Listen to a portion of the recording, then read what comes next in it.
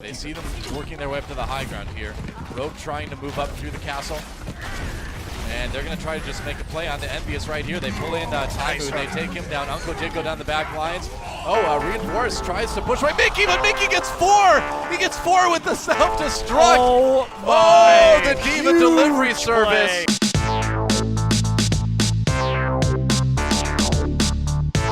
Team Envious had a bit of serendipity on their side when Tailspin left their team, but they picked up a D.Va main, and not just any D.Va main, the greatest D.Va main of them all. And due to the recent patch, D.Va's now a force to be reckoned with, and no other pro player flexes their D.Va muscles quite like Envious Mickey, who ended up taking Apex Season 1 at OGN in convincing fashion, due in part to Mickey's stellar D.Va play. In this video, we're going to break down a few of the key components of why Mickey is so effective on D.Va, and the first one we're going to go over is his man-to-man tanking playstyle. In real-life sports, I'm sure some of you have heard, there's a few formation types called zone or man-to-man. In zone, a player plays an area, whereas on man-to-man, a player plays against another player. That's how I would best describe how D.Va should be played, as well as an area that Mickey excels at. It could simply be said, select their star player and put defensive matrix in their face until they cry. But what separates Mickey from other D.Va players out there is his stellar awareness of how to switch between targets. D.Va's damage is pretty good, but he never gets too greedy with playing for his own impact. Oftentimes you'll see a major D.Va mistake where players are trying to snipe with D.Va or shooting far too long. Mickey is excellent at playing his role as D.Va to set up the rest of his team. Not to just make plays for himself, but have the awareness to know when in the mid-fight,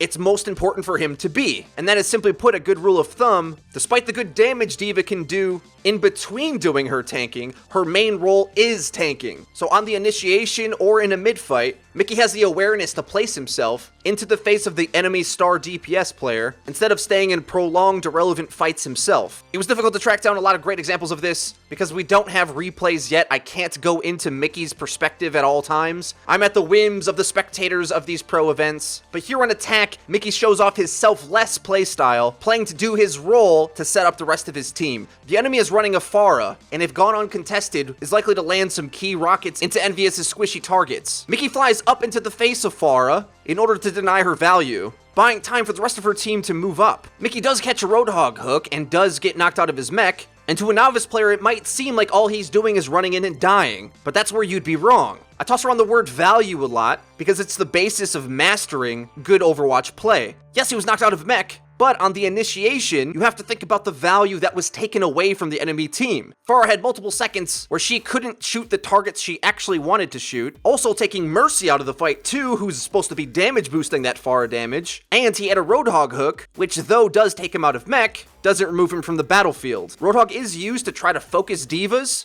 but in reality, you're forced to do it out of necessity, not because you want to. Roadhog would much rather be hooking a key squishy target rather than knocking D.Va out of the mech, especially since as this fight develops, Mickey works up to his mech again anyway. And all that time that Mickey bought in the first initiation of the fight put Rogue on the back foot and allowed Envious an opening into the fight. The key to succeeding like this through your team is being a very selfless tank. Being in the spot that your team needs you to be, regardless of what it means for your own personal health or kill-death ratio. As a tank, it's your job to make way for the team, and that's what Mickey does. Robs the enemy DPS of their value, making space for his DPS to do work on the front line. Another interesting talent that Mickey showed off at Apex was some key boop usage. Here, Mickey gives Reinforce a love tap hip to hip, sending him flying off the map at the break of the fight. Rogue has no choice but to back up, because this pushes over.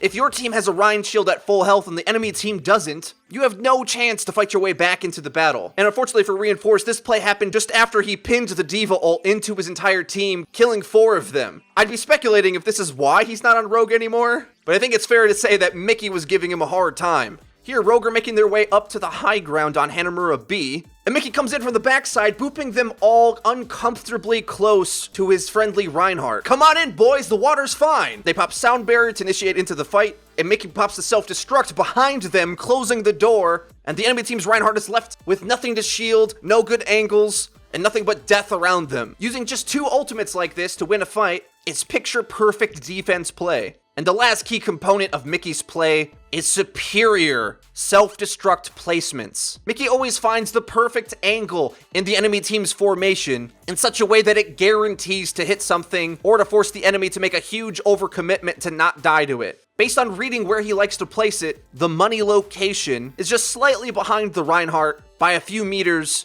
so that the explosion is going to hit a blast radius towards the squishies behind them, and crucially, it's far enough away from the Reinhardt so that even if he did want to try to save his own life or to pin it, he'd have to make a massive turn in order to look towards it. He doesn't just do this by himself, though. It's through the coordination with his team that they get the most value out of self-destruct. Here in the Streets phase, Envious pop 3 ults in succession, all of which are basically attempted to make the Reinhardt turn, to set up for the Earth Shatter to come from Coco. Death Blossom and Self-Destruct are diving down the center lane. The enemy do kill Reaper, but in the mess of it all, the Reinhardt must have turned, because as the camera turned, we see that Coco knocked them all down with Earth Shatter, allowing for the D.Va ult to clean up whatever was left. The coordination between Mickey and Coco is pretty impeccable. Even a pretty bad D.Va ultimate like this, Coco's there to make a hero play to guarantee that the D.Va ult has value. On this last one, I'm going to call the D.Va ult heard around the world. The way that Envious split Reinforce set up Envious to conquer their biggest competition at Apex, in my opinion, Rogue, to win out the last map to progress into the semifinals. Mickey baits Reinforce to turn to shield the blast of the self-destruct, but Coco from the other angle is set up for the Earth Shatter on all of them anyway. This knocks them all on their back, wiping the team, and was a crucial play for them to close out this map. Guys, let me know what you think of this pro breakdown in the comment section down below. If you enjoyed it, please hit the like button. It really does help us out. Be sure to subscribe to our channel. We upload each and every day. Check out our Discord server,